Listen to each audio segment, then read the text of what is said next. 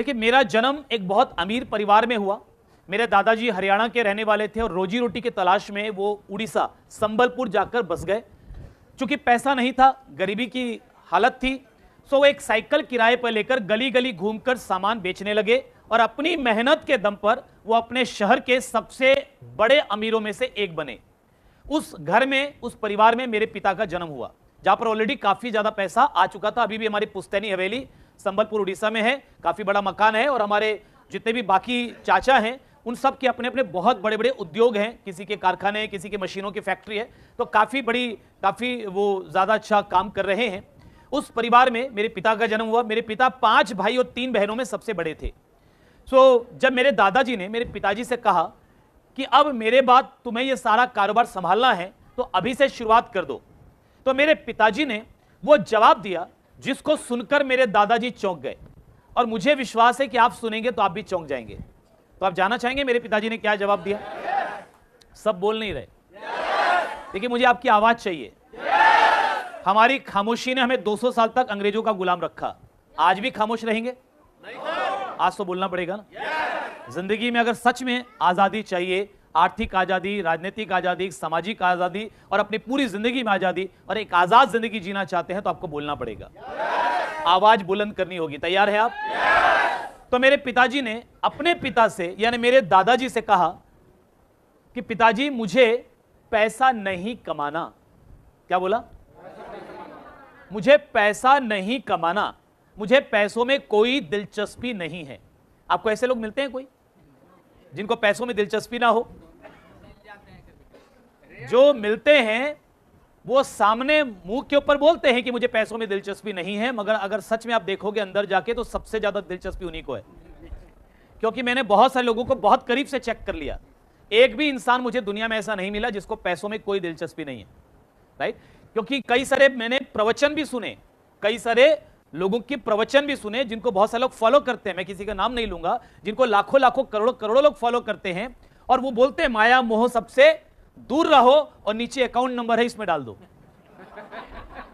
वो बड़े बड़े लग्जरी, वो बोलते हैं मेरे नाम से कोई अकाउंट नहीं है, लेकिन जब आप उनकी जिंदगी को देखेंगे, फ्लाइट में बिजनेस क्लास में ट्रेवल करते हैं, बड़े बड़े लग्जरी 5 स्टार 7 स्टार होटल में रुकते हैं, तो अकाउंट की जरूरत ही कहां है भाई? आदमी पैसा लेके ऊपर तो जाता नहीं है और जब तक जिंदा है वो सारे सुख भोगी रहे, तो पैसे की जरूरत कहां है? अकाउंट की जरूरत कहां है? सो एनीवेज, हम उस पर डीप में नहीं जाएंगे, बट मुझे कोई ऐसा नहीं मिला जिसको पैसों में दिलचस्पी ना हो। ऐसे कोई बहुत बिरले होते होंगे, बट मेरे पिताजी उन्हीं में से एक थे। उन्होंने कहा मुझे पैसा नहीं कमाना। मेरे दादाजी ने कहा मतलब? तो मेरे पिताजी ने कहा कि मुझे समाज सेवा करनी है, मुझे देश के नाम अपनी जिंदगी कुर्बान करनी है, मुझे समाज में जो अव्यवस्थाएं हैं उसको दूर करना है, जो राजनीतिक अव्यवस्था है उसको ठीक करना है, समाज में जो कुरीतियां कुप्रथाएं हैं, हमारे शादियों में जो आडंबर है, जो दहेज की प्रथा, मिलनी की प्रथा, भात भरने की प्रथा, जो बहुत सारी गलत परंपराएं और रीति रिवाज हैं, मुझे उन्हें दूर करना है, मुझे समाज सुधारना है, मुझे देश बदलना है। जब मेरे पिता ने ऐसा बोला होगा तो मेरे दादाजी ने क्या बोला होगा? शाबाश, हमें गर्व है कि हमारे घर में तुम्हारे जैसा शेर पैदा हुआ। राइट? क्या लगता है आपको, ऐसा बोला होगा? देखिए साहब, हम सब चाहते हैं कि समाज में परिवर्तन आए, हम सब चाहते हैं कि बदलाव आए, हम सब चाहते हैं कि भगत सिंह फिर एक बार पैदा हो, फिर एक बार क्रांति हो, लेकिन हमारे घर में पैदा ना हो, पड़ोस में पैदा हो। अगर हमारा बच्चा आकर के हमको ये बोल दे कि पापा की मम्मी मुझे अपनी जिंदगी देश के नाम कुर्बान करनी है, तो शायद ही कोई माँ बाप ऐसे होंगे जो उसको इजाजत देंगे, बोलेंगे चुपचाप अपना काम कर, पढ़ाई कर और नौकरी की तलाश कर। हेलो, ये हमारे समाज के नियम है, रीति रिवाज है, जीवन जीने का तरीका। मेरे दादाजी भी उन्हीं में से एक थे। तो जब मेरे पिताजी ने कहा कि मुझे देश के नाम जिंदगी कुर्बान करनी है, तो मेरे दादाजी नाराज हो गए। उन्होंने कहा दिमाग खराब हो गया तेरा, पागल हो गया, वी आर मारवाड़ी, हम व्यापार करना जानते हैं, धंधा करना जानते हैं, तो चुपचाप धंधा संभाल। और मेरे पिताजी ने चुपचाप घर छोड़ दिया, धंधा तो नहीं संभाला, घर छोड़ दिया। मेरी उम्र 3.5 साल थी, बड़े भैया श्याम अग्रवाल 5 साल उनकी उम्र थी। हम दोनों को लेकर मम्मी पापा जगदलपुर छत्तीसगढ़ आ गए और वहां से हमारी गरीबी का सफर शुरू हुआ। वहां से हमने वो हालात भी देखे कि जब 2 टाइम का खाना खाने के लिए भी कई बार हमारे पास पैसे नहीं होते थे, क्योंकि पिताजी का फोकस नहीं था पैसा कमाने में, उनका फोकस था समाज सेवा करने में। तो धीरे धीरे हम कर्जों में दबते जा रहे थे और घर के हालात बद से बदतर होते जा रहे थे। कई बार ऐसी स्थितियां हमने देखी कि मम्मी हमें तो खाने को देती थी और मम्मी खुद भूखे रह जाती थी, और जब हम पूछते थे कि मम्मी आप खाना क्यों नहीं खा रही, तो मम्मी ये बोलती थी कि बेटा आज मेरा उपवास है। उपवास नहीं होता था, उपवास नहीं होता था। दरअसल घर में खाने को इतने होते ही नहीं थे कि सबका काम चल सके, तो अपने बच्चों को खाना देकर एक मां खुद भूखे रह जाया करती थी। एक मां के त्याग और बलिदान की कहानी है। इस मंच से मैं प्रणाम करना चाहता हूं अपने माता पिता को, जिन्होंने अपनी सुख सुविधाओं की परवाह न करते हुए भी हमारी सुख सुविधाओं का ख्याल रखा, पाल पोस कर बड़ा किया, अच्छी परवरिश दी, इस लायक बनाया कि सभ्य समाज में आज हम भी सिर उठाकर जीवन गुजार पा रहे हैं। मैं प्रणाम करना चाहता हूं आप सभी के माता पिता को भी। मुझे नहीं मालूम कि हमें से कितने लोगों ने अपने माता पिता को याद रखा है। मुझे नहीं मालूम कि हमें से कितने लोग अपने माता पिता को आज भी वो प्यार, वो सम्मान देते हैं जिसके वो हकदार हैं। मुझे नहीं मालूम कि हमें से कितने लोग अपने माता पिता के सपनों को पूरा करने के लिए दृढ़ संकल्पित हैं। मगर मुझे इस बात का एहसास है कि हम सब की जिंदगी में हमारे माँ बाप ने जो तकलीफें हमारे लिए उठाई हैं, जो कुर्बानियां उन्होंने हमारे लिए दी हैं, हम पूरी जिंदगी उनके नाम कर दें फिर भी उनके एहसानों का बदला चुका नहीं सकते। 14 साल की उम्र आते आते मुझे एक बात समझ में आ गई कि अगर मैंने कुछ नहीं किया तो घर के हालात और खराब होते जाएंगे, क्योंकि पिताजी का पूरा फोकस समाज सेवा में है। तो मैंने अपने पिताजी से कहा कि पिताजी आप समाज सेवा कीजिए। 14 साल की उम्र में मैंने अपने पिताजी से कहा कि आप समाज सेवा कीजिए और मैं आज से घर चलाऊंगा। आपको घर चलाने के लिए कोई भी काम करने की आवश्यकता नहीं पड़ेगी, घर मैं चलाऊंगा, आप समाज सेवा में अपना फोकस कीजिए। मेरे पिताजी में आज भी कोई बदलाव नहीं आया। आज 75 साल की एज है, आज भी महीने में 20 दिन घर से बाहर रहते हैं, गांव-गांव जाते हैं, लोगों को इकट्ठा करते हैं, मीटिंग करते हैं, उनको समझाते हैं कैसे रहना है, क्या करना है, समाज में क्या होना चाहिए, राजनीति में क्या होना चाहिए, देश में क्या होना चाहिए। आज भी लगे हुए हैं। कोई परिवर्तन उनकी सोच में नहीं आया। सिर्फ एक परिवर्तन आया है, उनको यह समझ में आ गया है कि समाज सेवा करनी है तो भी पैसा चाहिए। आज हर महीने 60 से 70 हजार रुपया मैं उनको समाज सेवा के लिए देता हूं, जिसका मैं कोई हिसाब नहीं मांगता कि आप क्या करते हैं। वो अपने तरीके से जगह जगह जाते हैं, खर्च करते हैं और वो मुझे कहते हैं कि सचिन मुझे महीने का 2 लाख रुपए कम से कम चाहिए। अभी हाल में उनसे बातचीत हुई, उन्होंने कहा 60-70 हजार रुपए अब कम पड़ रहे हैं, मुझे और ज्यादा बड़े तौर पे करना है, मुझे महीने का 2 लाख रुपए चाहिए। मैंने कहा पिताजी ठीक है, 1 साल मुझे और समय दीजिए, 1 साल के बाद आपको मैं हर महीने का 2 लाख रुपए दूंगा।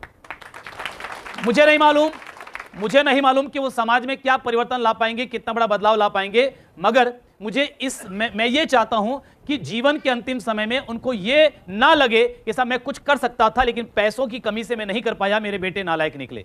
ये नहीं लगना चाहिए उनको। तो मैं अपना फर्ज निभा रहा हूं। एनीवेज 14 साल की उम्र में मैंने अपने परिवार की जिम्मेदारियां संभाली। हालांकि 14 साल की उम्र बहुत ज्यादा नहीं होती, लेकिन फिर भी जब जिम्मेदारियां सिर पर आती है तो व्यक्ति जल्दी बड़ा हो जाता है। मैच्योरिटी जिम्मेदारियों के साथ आती है, उम्र की कई बार जरूरत नहीं पड़ती।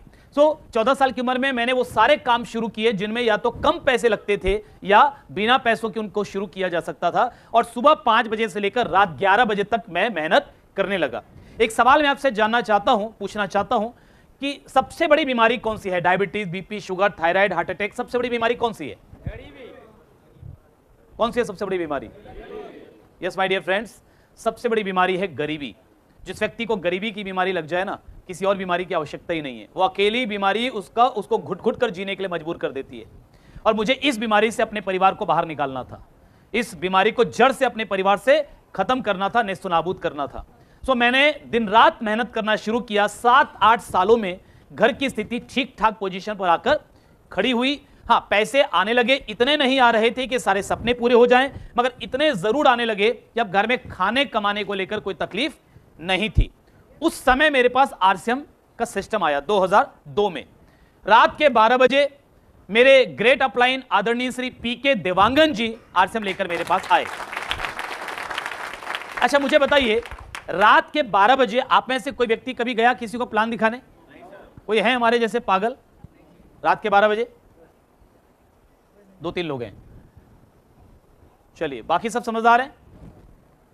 एक बात याद रखिएगा साहब, समझदार लोग जिंदगी चलाते हैं, पागल इतिहास बनाते हैं। अगर आपको कामयाबी बड़ी चाहिए, किसी एक लक्ष्य के लिए, किसी एक उद्देश्य के लिए आपको पागलपन की हद तक काम करना होगा, जुनूनी बनना होगा, जज्बाती बनना होगा, जिहादी बनना होगा, तब जाकर के आप उस लक्ष्य में बड़ी कामयाबी ले पाएंगे। भगत सिंह 23 साल की उम्र में हंसते हुए फांसी के फंदे को चूम करके अपने गले में डालते हैं। एक शिकन नहीं आती उनके चेहरे पर कि मेरी जिंदगी 23 साल की उम्र में खत्म हो रही है, अभी तो मैंने जीवन को जिया ही नहीं है। एक शिकन नहीं है। वो बोलते कोई बात नहीं, मेरी कुर्बानी बेकार नहीं जाएगी, मैं हिंदुस्तान के नौजवानों के दिल में जिंदा रहूंगा। मैं आपसे एक सवाल पूछना चाहता हूं कि क्या उस समय 23 साल की उम्र में जब वो फांसी के फंदे पर चढ़ गए, उस समय और भी उस उम्र के नवयुवक और नवयुवतियां रही होंगी भारत में? क्या वो सारे लोग इसी तरीके से देश की आजादी के लिए लड़ रहे थे? नहीं। कोई प्रतियोगी परीक्षाओं की तैयारी कर रहा था, कोई दुकान संभाल रहा था, कोई व्यापार कर रहा था, कोई नौकरी की तलाश कर रहा था, कोई शादी के सपने देख रहा था, कोई प्यार मोहब्बत के चक्कर में था। और वैसे समय में 23 साल का नौजवान अगर फांसी के फंदे को स्वीकार करता है तो क्या वो सामान्य व्यक्ति है या पागल है? जी हां, वो अपने लक्ष्य के लिए पागल थे, जज्बाती थे। जिस उम्र में लोगों को लोगों से मोहब्बत हो रही थी, उस उम्र में उन्हें देश की आजादी से मोहब्बत हो गई। यही कारण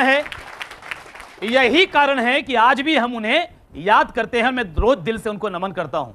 यही कारण है कि रहती दुनिया तक भगत सिंह का नाम अमर रहेगा, क्योंकि वो लोग जो अपनी जिंदगी में किसी एक लक्ष्य के लिए दीवाने हो जाते हैं, उन्हीं का नाम इतिहास के पन्नों पर दर्ज होता है। सतीश पंडित जी सामान्य व्यक्ति थे या पागल थे? 2 साल 10 महीने में उन्होंने वो कर दिया जिसको आज भी हम रोज याद करते हैं। मैं अब स्टेज पर जाता हूं, कई बार लोग मुझसे पूछते हैं कि सर आप स्टेज पर हाथ जोड़कर करते क्या हैं? मैं सबसे पहले प्रणाम करता हूं अपने माता पिता को, फिर उस परमात्मा को जिसने ये जीवन दिया, जिन्होंने इतना सुंदर सिस्टम दिया। फिर मैं प्रणाम करता हूं अपने अपलाइन पीके देवांगन जी को, अपने सभी गुरुजनों को और सतीश पंडित जी को। और साथ में मैं ये निवेदन करता हूं उस परमात्मा से कि इन सभी गुरुजनों की शक्ति और आप मेरे साथ मौजूद रहें पूरे प्रोग्राम में। तो सतीश पंडित जी को मैं अपने हर प्रोग्राम के पहले याद करता हूं, अपने सभी गुरुजनों के साथ सतीश पंडित जी को याद करता हूं। 2 साल 10 महीने केवल वो आरसीएम के साथ रह पाए, फिर इस दुनिया से वो चले गए, मगर वो 2 साल 10 महीने में वो कर गए जो आज भी लोगों के लिए मिसाल है। ये कोई सामान्य व्यक्ति नहीं कर सकता, सामान्य तरीके से नहीं कर सकता। हेलो, टीसी छाबड़ा जी क्या हैं? सामान्य व्यक्ति हैं या पागल हैं? साहब, उनकी धर्मपत्नी का जब स्वर्गवास हुआ तो 4 दिन के अंदर ही अंदर वो गुरुकुल के सेशन में वापस आ चुके थे लोगों के लिए। तो मैंने एक बार उनसे पूछा, फोन किया, मैंने कहा कि सर मैं माफी चाहता हूं, एक सवाल पूछना चाहता हूं आपसे कि हमारे घर में किसी की तबियत खराब हो जाए तो हम 15 दिन तक बहाना बना लेते हैं कि सब अभी तबियत खराब है किसी की, तो हम अभी आरसीएम की मीटिंग में नहीं आ पा रहे हैं, प्लान नहीं दिखा पा रहे हैं। और आपके घर में इतनी बड़ी घटना हो गई और उसके बाद आप 4 दिन में वापस एक्शन पर आ गए, आखिर कैसे? उन्होंने जो जवाब दिया बड़े ध्यान से सुनिएगा। उन्होंने कहा कि धर्मपत्नी जाने से पहले काफी बीमार चल रही थी, उनको कुछ तकलीफ थी तो इलाज चल रहा था, बट समाव वो बच नहीं सकी। तो उन्होंने कहा बीमार चल रही थी, मेरा बहुत सारा समय वहां जा रहा था, तो जब वो जा रही थी इस दुनिया से तो उसने कहा कि मेरे पीछे आपका बहुत सारा समय अब तक जाता रहा, अब मैं चाहती हूं, मैं तो जा रही हूं, आपको आजाद करके जा रही हूं, आप अपना पूरा समय आरसीएम के इस अभियान को ऊंचाइयों पर लेकर जाने के लिए कीजिए, क्योंकि मेरी आखिरी इच्छा यही है कि आने वाले समय में आरसीएम के सभी बड़े बड़े क्रांतिकारियों को राष्ट्रपति भवन में बुलाकर सम्मानित किया जाए। आप सोचिए, जिस परिवार का ये जज्बा हो, ये जुनून हो, वो परिवार बड़े इतिहास तो बनाएगा ही बनाएगा। सब यही कारण है कि आज आरसीएम इतना बड़ा अभियान बन चुका है। आज टीसी छाबड़ा जी को पैसों की आवश्यकता नहीं है। आप उनको आरसीएम के बतौर जानते हैं, मैं उनको आरसीएम से बाहर भी जानता हूं। आरसीएम के बाहर भी उनके पास इतने सारे व्यापार और इतने तरीकों से पैसा आ रहा है कि आप कल्पना भी नहीं कर सकते। तो उनके पास चारों दिशाओं से पैसा आ रहा है। पैसे के लिए आरसीएम करने की जरूरत नहीं है। पैसे के लिए रोज सुबह उठकर 6:30 बजे से पहले नहा धो करके कपड़े उपड़े अच्छे पहनकर आपके बीच में गुरुकुल में आने की जरूरत नहीं है। पिछले 2.5 साल से लगातार वो आ रहे हैं, क्योंकि उन्हें नए भारत का निर्माण करना है। तो साहब, इस दुनिया को बदला उन्हीं लोगों ने है जिन्होंने अपने लक्ष्य के साथ पागलपन की हद तक प्यार किया है। क्या आप तैयार हैं इसके लिए? क्या आप अपने जीवन में किसी एक उद्देश्य के लिए खुद को समर्पित करने के लिए तैयार हैं? तो फिर आप बहुत आगे जा सकते हैं। रात के 12 बजे मेरे अपलाइन मेरे पास आए और उन्होंने कहा कि सचिन, एक जोरदार बिजनेस मिला है, जिंदगी बदल सकती है, तुझे बताना है। रात के 12 बजे मैंने घड़ी देखी, मैंने कहा कि सर आपको नहीं लगता कि थोड़ा समय ज्यादा हो गया है? अगर बिजनेस की बात है तो कल सुबह हम बात कर लें। तो मेरे अपलाइन ने कहा कि नहीं, मैं इतना एक्साइटेड हूं कि रुक ही नहीं सकता, इसीलिए तो आया हूं तेरे पास। तो अगर तू बुरा ना माने तो मैं तुझे अभी प्लान दिखाना चाहता हूं। मैंने मन ही मन सोचा, रात के 12 बजे इन्होंने नींद से उठाया है, मैं बुरा मानकर कर भी क्या लूंगा? ये मानने वाले तो लग नहीं रहे। तो मैंने कहा सर बताइए। तो उन्होंने जो प्लान मुझे दिखाया, एक पेपर मंगाया, पेन लिया और जो प्लान दिखाया मैं आपको दिखाना चाहता हूं और आप मुझे देखकर बताइएगा, मेरी जगह आप होते तो आप ज्वाइन करते क्या? देखना चाहेंगे? आवाज नहीं आ रही सब? देखना चाहेंगे? उन्होंने मुझे प्लान दिखाया, सचिन देख ये तू है। मैंने कहा मतलब? उन्होंने कहा मतलब सिस्टम है, मान ले, ये ऐसे गोले गोले बना के प्लान दिखाते हैं, मान ले ये तू है। मैंने कहा ठीक है सर, मान लिया। फिर बोले तूने 1480 के कपड़े खरीदे। मैंने कहा सर अभी तक तो नहीं खरीदे। बोले मान ले। अच्छा, मैंने कहा मान लिया। फिर बोले तूने 2 लोगों को बेचे। मैंने कहा मान लिया। फिर बोले 2 ने 4 को बेचे। मैंने कहा फिर? बोले फिर क्या, तू और मैं दोनों करोड़पति। यही प्लान है। अब आप मुझे बताइए, ये देखकर आप ज्वाइन करते? तो मैं भी आपकी तरह समझदार हूं, मैंने भी नहीं किया। मैंने उनको अपना एक्सपर्ट कमेंट दिया। मैंने कहा सर, ऐसी कंपनियां रोज आती है मेरे सामने, बंद हो जाती है, मैं तो करूंगा नहीं, और मेरी बात मानिए आप भी मत कीजिए, बर्बाद हो जाएंगे, फेस वैल्यू खराब हो जाएगी, लोग ताने मारेंगे। तो उनका जो एक्साइटमेंट था, जो गुब्बारा भरा हुआ था एक्साइटमेंट का, मैंने एक पिन मारकर उसको पंचर कर दिया, हवा निकल गई। तो उन्होंने बड़े बुझे हुए उदास मन से मुझसे पूछा, तुझे सच में लगता है सचिन ये चलेगा नहीं? मैंने कहा आप बोलो तो लिख के दे सकता हूं नहीं चलेगी कंपनी, क्योंकि कॉन्फिडेंस की कमी तो उस समय भी नहीं थी अपने अंदर। मैंने कहा नहीं चलेगी। वो लौट गए। हमारे जो अपलाइन राजस्थान जयपुर से छत्तीसगढ़ में बिजनेस को बिल्ड करने के लिए आए थे, उनको मालूम पड़ा पीके देवांगन जो बहुत एक्साइटेड थे, सचिन अग्रवाल नाम के किसी प्राणी ने उनकी हवा निकाल दी है। तो वो सुबह सुबह उनके घर पहुंच गए डैमेज कंट्रोल के लिए। जहां पर मैंने पंचर मारा था उसमें टेप वेप लगा के ठीक किया, फिर से हवा भरी। मेरी भावनाएं आप समझ रहे होंगे।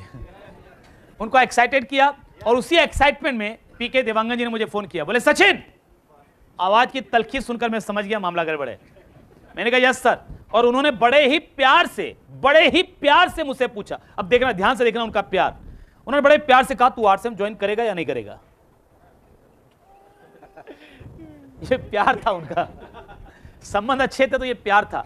मैंने कहा सर आप बोलेंगे तो कर लूंगा, लेकिन मुझे इसमें कोई दम वाली बात नजर नहीं आती। बोले दम को रख किनारे, तू खाली बता तू ज्वाइन करेगा कि नहीं करेगा? क्या लगता है आपको मैंने क्या किया होगा?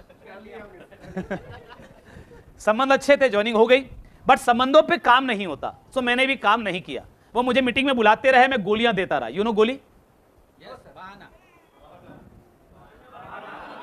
सब जानते हैं। एक से गोलीबाज बैठे हैं यहां पर। आपने भी अपने अपलाइन को बहुत गोलियां दी होगी ना। और आज अगर कोई आपको गोली देता है तो तकलीफ होती है, जो बोया है वो काटना पड़ेगा। तो मैंने 6 महीने तक अपलाइन को बहाने बनाए, आज ये है, आज वो तबियत खराब उसकी, मैंने पता नहीं कितने को बीमार कर दिया, वो उसकी तबियत खराब, उसकी तबियत खराब, 6 महीने तक बहाने बनाए। लास्ट पे मुझे लगा ये मानने वाले नहीं है, एक बार तो जाना ही पड़ेगा। जब मुझे लगा कि साहब ये नहीं मानने वाला, ये नहीं मानने वाला, तो फिर मैंने, मतलब नहीं मानने वाले, मेरे अपलाइन नहीं मानने वाले, तो फिर मैं गया, मजबूरी में गया। लेकिन गया तो मुझे तकलीफ कहां पे हुई मालूम? मुझे बाहर गेट पे रोका गया। आपको भी रोका गया? मुझसे बोला गया भाई साहब 30 रुपए का चालान कटवाना पड़ेगा। आपका भी चालान कटा? अच्छा लगा? अच्छा लगा? अच्छा तो नहीं लगा होगा, और अगर आप पहली बार आए तब तो बिल्कुल अच्छा नहीं लगा होगा। अच्छा सिर्फ उन्हीं को लगा होगा जिनका चालान उनके अपलाइन ने कटाया होगा। मुझसे उस समय, अच्छा आपसे लिए कितने अभी? हाजी 100 रुपए लिए गए आपसे, मुझसे 30 रुपए लिए गए थे उस समय। 30 रुपए का चालान कटा। जब मुझसे 30 रुपए लिया गया, आज से लगभग 23 साल पहले 2002 में, तो मैंने ऑब्जेक्शन किया। मैंने कहा साहब ये 30 रुपए किस बात का? अंदर समोसा मिलेगा? किस बात का 30 रुपए लिया जा रहा है? तो मुझे बताया गया कि भाई साहब ना समोसा मिलेगा ना आलू गुंडा मिलेगा, ये अंदर घुसने की फीस है। मैंने कहा तुम्हारा दिमाग खराब है? बाजार में कंपनियां विज्ञापन करने के लिए करोड़ों रुपया खर्चा करती है, तुम्हारी कंपनी की मीटिंग फ्री में नहीं करा सकती? अरे मैं तुम्हारी मीटिंग में बैठूंगा, मुझे कुछ बात समझ में आ गई, मैं तुम्हारी कंपनी का प्रोडक्ट खरीदूंगा, तो साहब कहीं ना कहीं तुम्हारी कंपनी का धंधा बढ़ेगा, तो तुम्हें तो ये मीटिंग फ्री में करानी चाहिए। अच्छा कुछ गलत बोला मैंने? बिल्कुल सही बोला ना, गलत देखिए अपन बोलते भी नहीं है। तो मुझे बताया गया कि भाई साहब यही फर्क है बाजार की कंपनियों में और आरसीएम में। बाजार की कंपनियां विज्ञापन करने के लिए करोड़ों रुपया खर्चा करती है, आरसीएम विज्ञापन नहीं कराती, अच्छे प्रोडक्ट बनाती है, मार्केटिंग के लिए आम आदमी को अपना पार्टनर बना लेती है, और जो बीच का खर्चा होता है वही बिचौलियों को बांटने की जगह आम आदमी को वापस बांट देती है, और इसी वजह से आम आदमी की जिंदगी बदलती है। तो जब ये उन्होंने बताया तो मैंने कहा भाई तब तो ठीक है, फिर तो टिकट लेना पड़ेगा, ठीक है, मीटिंग कंपनी नहीं कराती, खर्चा आप लोग मिलकर बांट रहे, ठीक, ओके ठीक है। लेकिन अगर ऐसा है तो भी, अगर टिकट लेनी पड़ती है तो भी मैं क्यों लूं? अरे मैंने तो अभी तक तुम्हारी कंपनी में काम करने का फैसला किया ही नहीं है। मुझे तो ये बुला रहे थे, मैं गोली देते देते थक गया इसलिए आया हूं। टिकट लेना ही पड़ता है तो वो ले जिसने मुझे बुलाया। मेरे अपलाइन कुछ गलत बोला मैंने? देखिए गलत अपन ने बोलते भी नहीं है, मैंने बताया ना। लेकिन मेरे अपलाइन जो थे ना साहब, वो भी बहुत पहुंचे हुए व्यक्ति थे, घाट घाट का पानी पिया था, मेरे जैसे कईयों को पिलाया था, तभी तो मुझे आरसीएम में लाए थे। वरना मेरे जैसे व्यक्ति को आरसीएम में लाना इतना आसान नहीं था। हम बहुत टेढ़े हुआ करते थे, जमाने की ठोकरें खा खा कर हम भी बहुत सीधे हो गए थे जलेबी की तरह से। जलेबी तो आप समझते ही सीधी होती है। हाँ, तो मुझे अगर आरसीएम में लाए हैं तो कुछ तो खूबी उनमें रही होगी। तो उन्होंने बड़े प्यार से समझाया। प्यार तब उनका देख ही चुके हैं एपिसोड 1 में, अब एपिसोड 2 में भी देख लीजिए। तो उन्होंने बड़े प्यार से समझाया कि सचिन देख, टिकट तो तेरे को लेना पड़ेगा। ये प्यार था उनका, टिकट तो तेरे को लेना पड़ेगा, लेकिन हां कोई जबरदस्ती नहीं है। जबरदस्ती और कैसे की जाती है सर? जबरदस्ती और कैसे की जाती है? तो मैंने कहा कि साहब मतलब क्या हुआ आपका? उन्होंने कहा मतलब ये, टिकट तो लेना पड़ेगा, सिस्टम है यहां का, लेकिन हां अगर तुझे मीटिंग अच्छी नहीं लगी तो मैं तुझे 30 की जगह 60 वापस करूंगा, डबल वापस करूंगा। जब मैंने ये सुना तो मैंने कहा तब ठीक है, इतना बोलने में जाता क्या है कि मजा नहीं आया। बोल देंगे मजा नहीं आया, 30 का 60 मिलेगा, जिंदगी में दोबारा ये बुलाएंगे नहीं। मैंने कहा एक बार डबल पैसा वापस करना पड़ेगा तो दोबारा कौन बुलाएगा? तो मैंने कहा दोबारा बुलाएंगे नहीं। ये सोच के मैं बैठा, लेकिन जब मैं बैठा तो मुझे पहली बार मालूम पड़ा कि साहब आरसीएम और बाकी के नेटवर्क जो मार्केट में चल रहे हैं वो अलग है। अब तक तो मैंने ये सुना था कि नेटवर्क में जो पहले आएगा वो फायदे में, बाद वाले नुकसान में। आरसीएम के प्लान को देखते देखते पहली बार समझ में आया कि इसमें जो मेहनत करेगा वो फायदे में होगा, लेकिन नुकसान किसी को नहीं होगा। तो मैं थोड़ा कंफ्यूज हो गया। जब मैं बाहर निकला तो मेरे अपलाइन मेरे इंतजार कर रहे थे, सचिन कैसा लगा? अच्छा क्या बोलना चाहिए था मुझे? अरे अभी मिलके तय किया था ना, क्या बोलना था? मजा नहीं आया, लेकिन चूंकि मैं कंफ्यूज था, गलती से मेरे मुंह से निकल गया ठीक लगा, और मेरे 60 रुपए डूब गए। 30 काय के भैया, बिजनेसमैन, थोड़ा सोचो, 30 तो लगे थे, आने वाले कितने थे, तो 60 रुपए गए ना। लेकिन उस दिन के बाद मैंने आरसीएम को स्टडी करना शुरू किया, आरसीएम को जानना समझना शुरू किया, और मुझे एक बात समझ में आ गई कि साहब अमीर के पास और अमीर बनने के 1000 तरीके बाहर में मौजूद हैं, लेकिन गरीब के पास अमीर बनने का एक तरीका है, उसका नाम है आरसीएम। ये समझ में आने के बाद मैंने काम शुरू किया, और एक बार काम शुरू किया तो फिर पीछे मुड़कर नहीं देखा। मैंने एक काम शुरू किया और मैं जिसके पास गया, प्लान दिखाया वो ज्वाइन, जिसके पास गया वो ज्वाइन, जिसके पास गया वो ज्वाइन, किसी ने मना ही नहीं किया, जिसके पास गया वो ज्वाइन। लोग पैसा लेकर तैयार थे, सर आप कहां थे? हम तो कई महीनों से पैसा लेकर आपके साथ ज्वाइन करने के लिए तैयार बैठे हैं, ये लीजिए पैसा, ज्वाइन करा दीजिए। लोग जुड़ते गए, मैं यहां आ गया।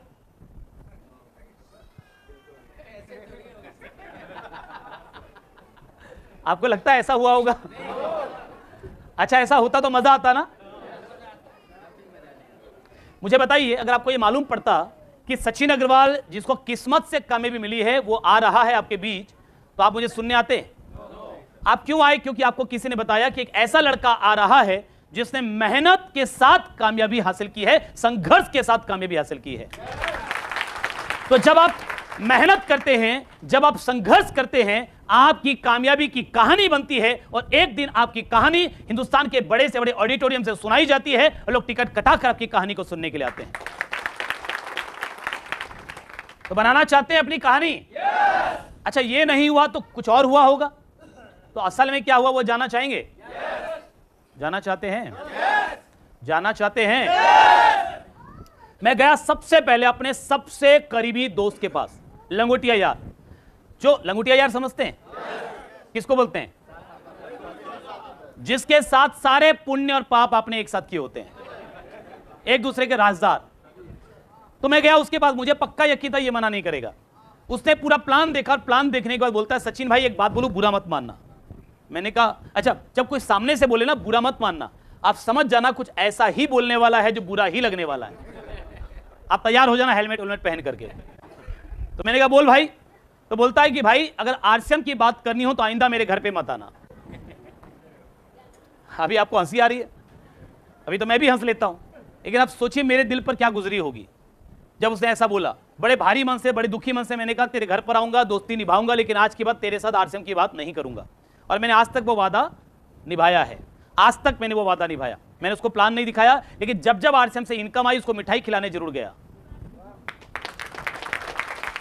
जब मुझे न्यूट्री चार्ज की तरफ से, आरसीएम की तरफ से स्विट्जरलैंड का टूर मिला, अच्छा, आप में से कितने लोग हवाई जहाज में बैठ चुके हैं? और एक बात बड़ी ईमानदारी से जवाब देना, कितने लोग अपने पूरे परिवार को हवाई जहाज में बिठाकर सुंदर सुंदर जगहों पर घुमाने ले जाना चाहते हैं? जिन्होंने भी हाथ खड़ा किया, परमात्मा बोलते हैं तथास्तु, आप जरूर जाएंगे। और जिन्होंने हाथ खड़े नहीं किया, गड़बड़ हो जाएगा, फिर मुझे दोष मत देना। ऊपर से आवाज आ रही है, एक बार फिर से पूछ लो, कितने लोग अपने पूरे परिवार के साथ हवाई जहाज में बैठकर अच्छी अच्छी जगहों पर घूमने जाना चाहते हैं? परमात्मा बोलते हैं तथास्तु। जिन्होंने भी हाथ खड़े किया, मेहनत करते रहिए, आरसीएम के साथ चलते रहिए, एक दिन पूरी दुनिया घूमने का मौका मिलेगा। तो जब आप हवाई जहाज में बैठेंगे तो आपको मालूम पड़ेगा कि हवाई जहाज में मोबाइल काम नहीं करता, या तो उसको एयरप्लेन मोड पे रखना पड़ता है या स्विच ऑफ करके रखना पड़ता है, राइट? आपको मालूम पड़ेगा जब आप बैठेंगे। जब मैं बैठा स्विट्जरलैंड की फ्लाइट में, तो मुझे पहली बार मालूम पड़ा कि साहब इसमें सैटेलाइट वाईफाई है। सैटेलाइट वाईफाई है, इसका मतलब मैं चलते हवाई जहाज में व्हाट्सएप कॉलिंग कर सकता हूं, फेसबुक कॉलिंग कर सकता हूं, जूम कॉलिंग कर सकता हूं। मैंने कहा मजा आ गया, अब करेंगे कॉल। किसको? किसको? अरे आपको कैसे मालूम पड़ा? मेरे मन की बात आप कैसे समझ गए? लगता है दिल से दिल का कनेक्शन बन गया है ना? सो मैंने अपने दोस्त को कॉल किया, मैंने कहा और भाई क्या हाल है? और भाई क्या हाल है, 5 शब्द।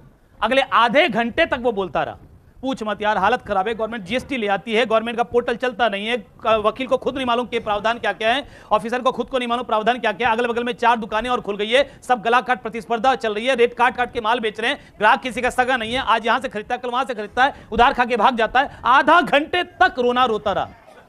और यही आदत हमें से 80% लोगों की होती है।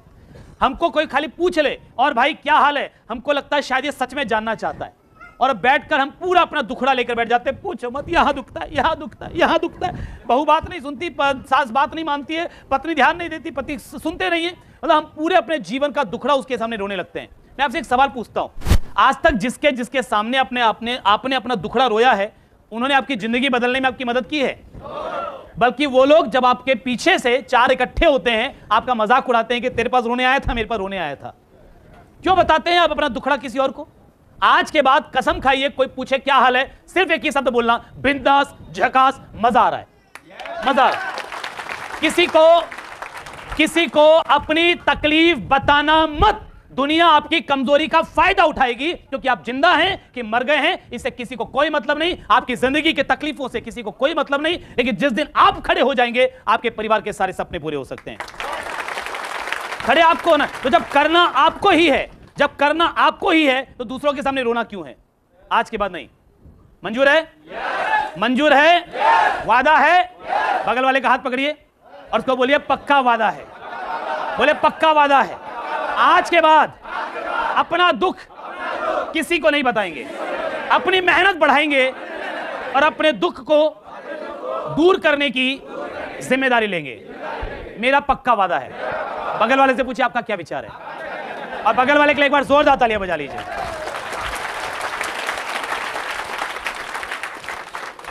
सो आधे घंटे के बाद उसको याद आया कि फोन के दूसरे साइड में मैं भी हूं, तो मुझसे पूछता है अच्छा मेरी छोड़, तू बता तेरा क्या हाल है। कब पूछ रहा है? आधा घंटे बाद। मैंने कहा मेरी मत पूछ। क्या बोला मैंने? मेरी मत पूछ। उसको लगा उससे भी ज्यादा खराब है, तो सांत्वना देते बोलता है कोई बात नहीं यार, सबकी हालत खराब है, कोई बात नहीं। दोस्त को नहीं बताएगा तो किसको बताएगा? बताना क्या हुआ, बताना। मनी मन सोच रहा था शायद इसका आरसीएम चल नहीं रहा, बहुत मिठाई खिलाता था। दुनिया अपने दुख से दुखी कम है, आपके सुख से दुखी ज्यादा है। तो साहब मैंने बोला मैं हवा में उड़ रहा हूं। क्या बोला मैंने? हवा में उड़ रहा हूं। बोलता मतलब मैंने कहा मतलब मैं हवाई जहाज में हूं। तो क्या बोलता है मालूम? तो सचिन भाई एक बात बता, ये लोगों को बेवकूफ बनाने की तेरी आदत जाएगी नहीं? मैंने कहा यार मैंने तुझको कब बेवकूफ बनाया? तो बोलता तो तू बोलता है कि मैं हवाई जहाज में हूं और मेरे से फोन से बात कर रहा है, क्या मेरे को नहीं मालूम है हवाई जहाज में मोबाइल काम नहीं करता है?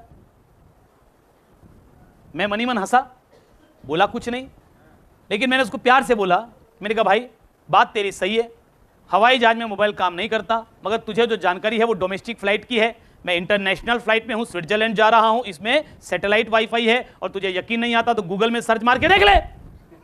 कि इंटरनेशनल फ्लाइट में सैटेलाइट वाईफाई होता है कि नहीं होता है? तो क्या बोलता है मालूम? अरे यार सचिन भाई, तू तो किस्मत वाला है, हम यहां पर मर रहे हैं, तू मजे कर रहा है, ऐश कर रहा है। मैंने उसको कुछ नहीं बोला, मन ही मन सोचा कि बेटा किस्मत वाला बनने का मौका तो मैं तेरे पास भी लेकर आया था, लेकिन तूने क्या बोला? तूने क्या बोला? तूने क्या बोला? आरसीएम की बात करनी हो तो मेरे घर पे मत आना। मैंने तेरी बात मानी होती तो आज भी आलू प्याज बेच रहा होता। ये तो परमात्मा का शुक्र है कि मैंने तेरी और तेरे जैसों की बात नहीं मानी, इसी वजह से आज मैं कामयाब हूं। साहब, हम 3 भाई हैं। सबसे पहले मैंने अपने बड़े भाई श्याम अग्रवाल को आरसीएम में ज्वाइन करवाया, जो स्टार रूबी कोर लीडर हैं। फिर छोटे भाई विकास अग्रवाल को ज्वाइन करवाया, स्टार एमरल्ड हैं। और हम तीनों एक साथ रहते हैं और हमारी इनकम ज्वाइंट में है। हम जब पहली बार 50,000 रुपये महीना मुझे आरसीएम से 1 महीने का आया, मैं मिठाई लेकर अपने उसी दोस्त के पास गया। उसको बोला, भाई तेरे दोस्त ने पहली बार 50,000 महीने का कमाया है, ये ले मिठाई खा। जब पहली बार 1 लाख रुपए 1 महीने का आया, मिठाई लेकर उसके पास गया।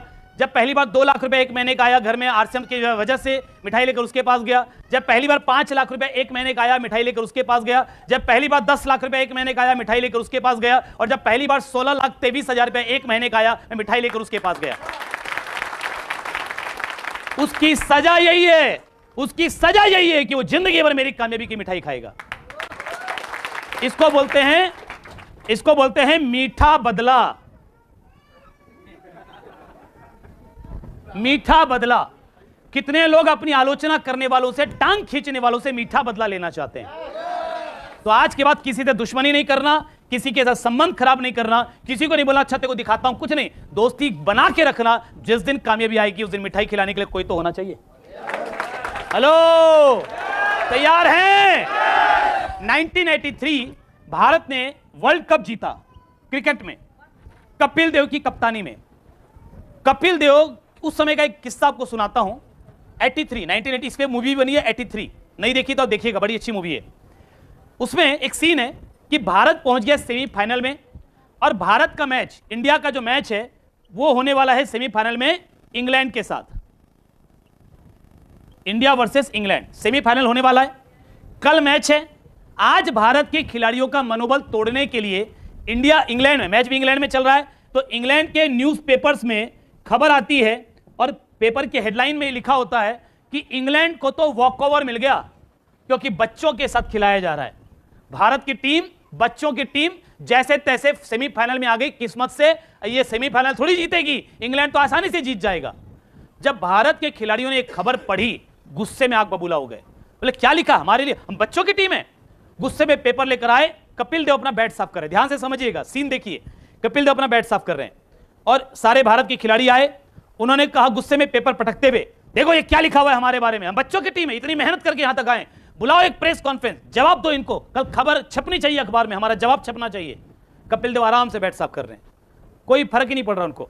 एक खिलाड़ी को और गुस्सा आया, अरे तुमको कुछ फर्क नहीं पड़ रहा है, क्या लिखा हमारे बारे में? कपिल देव ने जो जवाब दिया वो आप सभी के लिए सुनने लायक है।